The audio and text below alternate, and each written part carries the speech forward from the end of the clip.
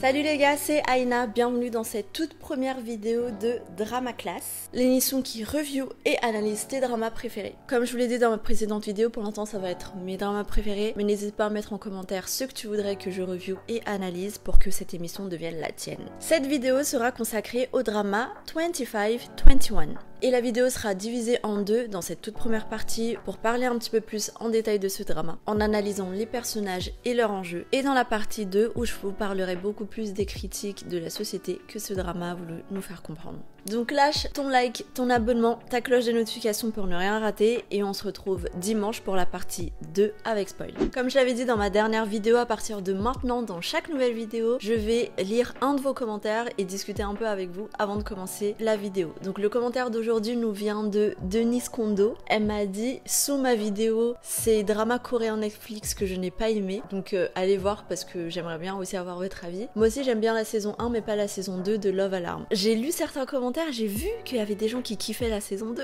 mais elle est horrible cette saison 2. Moi je regarderais Love Alarm, je m'arrêterais à, je crois que c'est épisode 5 ou 6, quand le mec et la meuf se remettent ensemble et ils sont heureux ensemble, et voilà, pour moi le drama il s'arrête à là. Il n'y a plus les disputes, il n'y a plus les accidents, il n'y a plus rien, il n'y a pas non plus la saison 2, la saison 2 elle n'existe pas. Contente de voir que parmi vous il y en a aussi qui partagent mon avis sur cette saison 2, mais vraiment, ils auraient jamais dû la sortir. Ok, maintenant donc on passe à la suite de la vidéo. Donc aujourd'hui on va parler de 25-21. Sumul Dasod Sumul Hana en coréen est un drama coréen réalisé par Jung Ji-hyung. Les acteurs principaux sont Kim Tae-ri qui joue le rôle de Na-hee-do, Nam Jun-hyung dans le rôle de Baek-hee-jin. Le reste du cast est hyper talentueux, mais je vous avoue qu'il m'a suffi de voir que Nam Jun-hyung jouait dans ce drama pour me décider à le regarder. Parce qu'on va pas se mentir, tous les films MV ou dramas que ce mec sort sont incroyables. En Corée, le drama est diffusé sur TVN et en France distribué par Netflix. Le drama contient 16 épisodes bien remplis, comme tout drama devrait être, et ça fait plaisir. Donc maintenant, de quoi ça parle?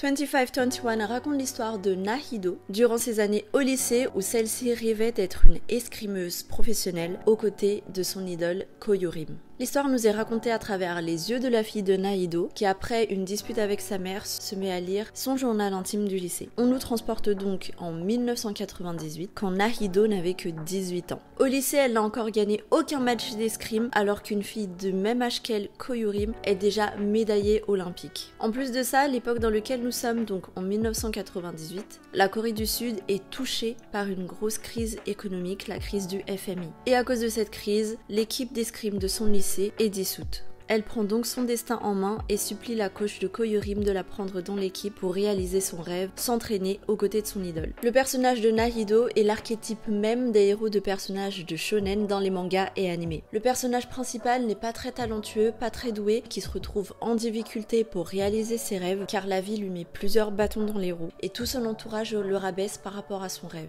Mais il fait preuve d'une détermination incroyable et d'un travail acharné et il va croire en ses rêves jusqu'au bout, ce qui va l'emmener à trouver un mentor qui va croire en lui, l'entraîner et le faire évoluer jusqu'à ce qu'il atteigne des sommets. Si vous avez vu ma dernière vidéo de drama, vous savez que je n'ai pas du tout aimé le personnage de Na-hee-do au tout début de ce drama, tout simplement parce qu'elle était trop immature, elle ne faisait que crier partout et c'était vraiment impossible de communiquer avec elle. En plus de ça, il est pas très intelligent, il prend des décisions nulles qui ne vont même pas vraiment régler son problème. Et ce qui me dérange encore plus dans son comportement, c'est que j'ai vraiment pas réussi à m'identifier à elle, alors que moi aussi je fais du sport, je fais des grosses compétitions, hashtag regarde mes vidéos de cheer. Donc normalement c'est le personnage auquel je devrais m'identifier à fond, je devrais comprendre ses doutes, son acharnement au travail, ses rêves, ce qu'il veut réaliser, pourquoi est-ce qu'il fait certains choix. Et pourtant ce personnage pour moi était totalement vide, vu qu'il ne faisait vraiment que de crier partout et prendre des décisions mais totalement illogiques. Et heureusement vraiment que le personnage de Baek-hee-jin fait son apparition très rapidement dans ce drama, parce que durant les 3 premiers épisodes, vraiment c'est lui qui portait tout le drama sur lui. Baek-hee-jin est le fils aîné de la famille Baek, une famille ultra riche qui faisait partie du conglomérat coréen et qui se retrouve du jour au lendemain en faillite, ruinée à cause de la fameuse crise du FMI. Sa famille se retrouve donc séparée, son père en fuite car il a trop de dettes et Baek-hee-jin qui se retrouve tout seul.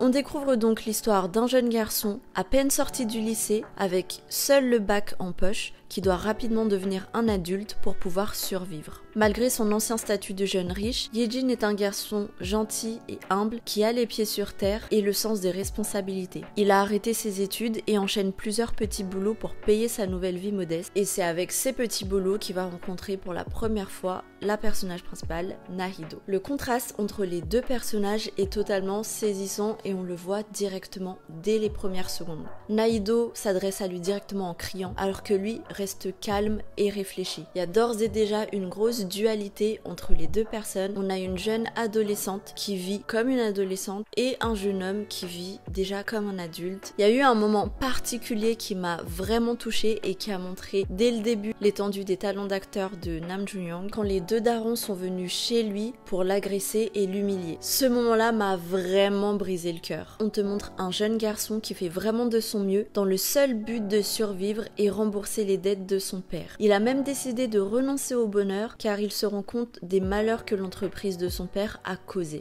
Donc dès les premiers épisodes, on te montre l'injustice de la vie, c'est-à-dire que vous aurez beau avoir à peu près le même âge, vous n'aurez pas du tout les mêmes problèmes. Le problème de Nahido, c'est qu'elle veut être championne d'escrime. Le problème de Baek Hee-jin, c'est comme le problème de n'importe qui, il a des problèmes d'argent, des problèmes de famille et des gens qui lui courent après. Et là, tu vois bien que malgré les meilleures volontés du monde, à ton petite échelle, tu ne peux pas vraiment faire grand-chose. Tu es impuissant. C'est justement ce que lui dit l'un des darons, avec ton salaire si maigre, qu'est-ce que tu vas bien pouvoir rembourser? Donc il a vraiment beaucoup de volonté, mais il ne peut rien faire. Et ça, c'est un aspect de la vie qui peut arriver à n'importe qui et c'est très bien amené dans le drama. Un autre concept que j'ai vraiment beaucoup aimé dans ce drama, c'est la relation idol et fan qui est décrite ici de manière très soft. Donc Nahido est fan de l'escrimeuse Koyorim et l'idolâtre à force de la voir à la télé, dans des émissions et même s'entraîner parce qu'elle va l'épier tous les samedis à la fenêtre pour la voir s'entraîner. Elle a aussi tout fait pour être prise dans son école pour pouvoir s'entraîner à ses côtés. Mais une fois vraiment face à son idole, Nahido se retrouve choquée et confuse parce qu'elle n'est pas du tout comme elle l'avait imaginé. En effet, Koyorim est froide, hautaine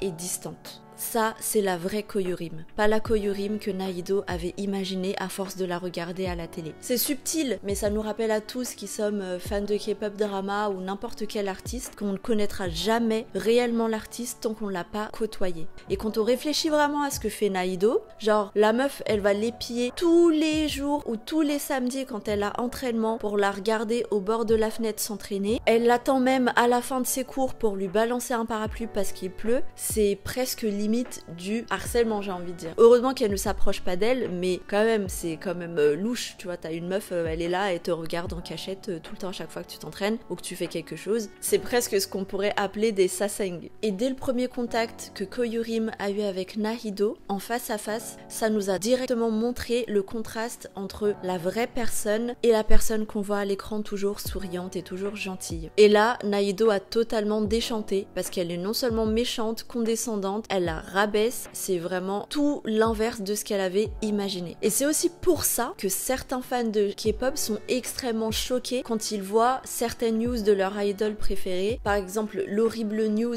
où à chaque fois tu voyais des noms d'idoles sortir qui faisaient partie du scandale de la Nth Room. Et évidemment que tu peux pas t'imaginer que ton idol préféré fait ce genre de choses. Et quand je parle de scandale, je parle de vrais scandales où ça heurte vraiment des gens. Et pas juste un scandale parce qu'un idol de K-pop a pété et que ça y est, il faut qu'il écrive une lettre d'excuse à toute la nation. Donc c'était vraiment un point subtilement amené, mais c'était très bien fait pour qu'on puisse nous recevoir ce petit message du tu vois quelqu'un à l'écran, mais c'est pas forcément comme ça qu'il est dans la réalité. Alors qu'est-ce qui m'a particulièrement touchée dans ce drama? Hormis l'histoire de chacun, c'est vraiment encore cet aspect souvenir, vie passée qui m'a vraiment beaucoup touchée. Quand je vois une histoire de jeunesse comme ça, j'ai l'impression de me mémoriser aussi toute ma jeunesse et de me dire, donc les moments que je suis en train de passer aujourd'hui, il faut absolument que je les chérisse à fond parce que ça se trouve dans 10 ans, 5 ans ou même demain, l'une de ces personnes ne seront plus là. Et ça m'a aussi beaucoup touchée de voir tes petits problèmes quand tu étais encore jeune. C'était les cours, c'était tes amis. En tant qu'adulte, c'est l'argent, c'est le loyer, c'est le travail. C'est vraiment deux mondes différents. Et là, tu comprends un petit peu mieux pourquoi à chaque fois les vieux et tes parents te disent « Ah, profite bien de ta jeunesse, c'est vraiment les meilleurs moments de ta vie. » Et ils ont raison. Mais ces histoires-là, c'est le passé. C'est des moments qu'on ne peut plus changer. C'est des moments sur lesquels on ne peut plus revenir. On a juste que quelques photos, souvenirs souvenir de ces moments-là. Et ça,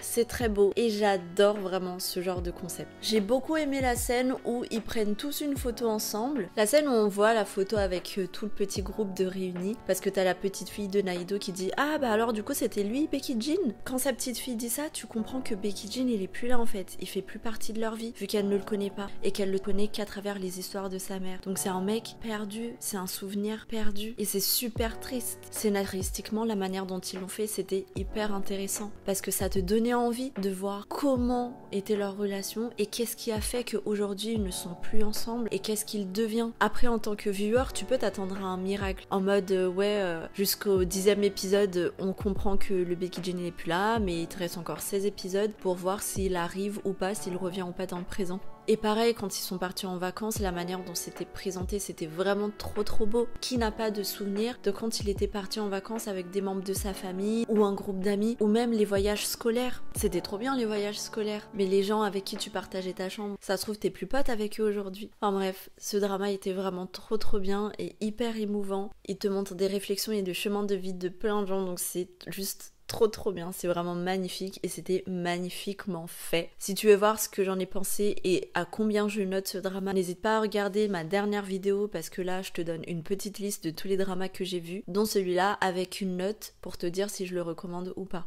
Donc voilà pour 25-21, je voulais vraiment faire une petite vidéo rapide où on reparle un petit peu plus de ce drama. J'espère vraiment que vous allez regarder ma prochaine vidéo concernant 25-21. En attendant, n'hésitez pas à me dire ce que vous avez pensé de ce drama et de cette vidéo dans les commentaires, de mettre plein de pouces en l'air si ça vous a plu pour me faire comprendre que c'est le genre de vidéos qui me vous plaisent et comme ça j'en ferai plein. Et pareil, si vous avez d'autres vidéos que vous voulez que j'analyse, n'hésitez pas aussi à le mettre en commentaire. Voilà, donc on se retrouve dimanche pour une prochaine vidéo. Bye!